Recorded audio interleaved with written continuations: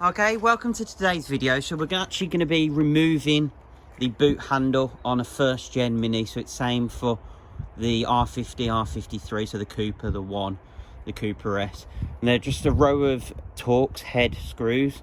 So I think they're a T20. So I'll double check, but you'll probably need this screwdriver, T20.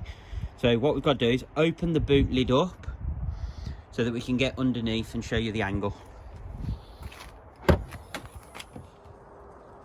Okay, you can see at this angle, you've got 1, 2, 3, 4 T20.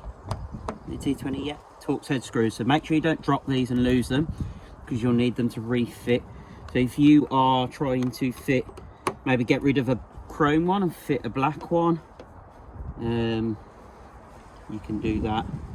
Or if yours is faulty, because I know the age of these cars now, and you're just looking to replace it, it's a super simple DIY job for you to do on your driveway.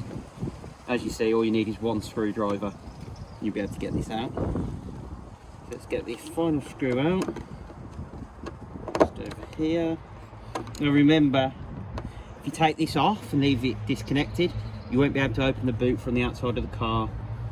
There is on certain ones an emergency handle inside to release, so just remember not to close your boot lid while this is off.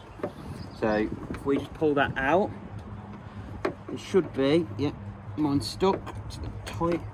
There's a little connector that you pull out there and disconnect, and that's it off the car.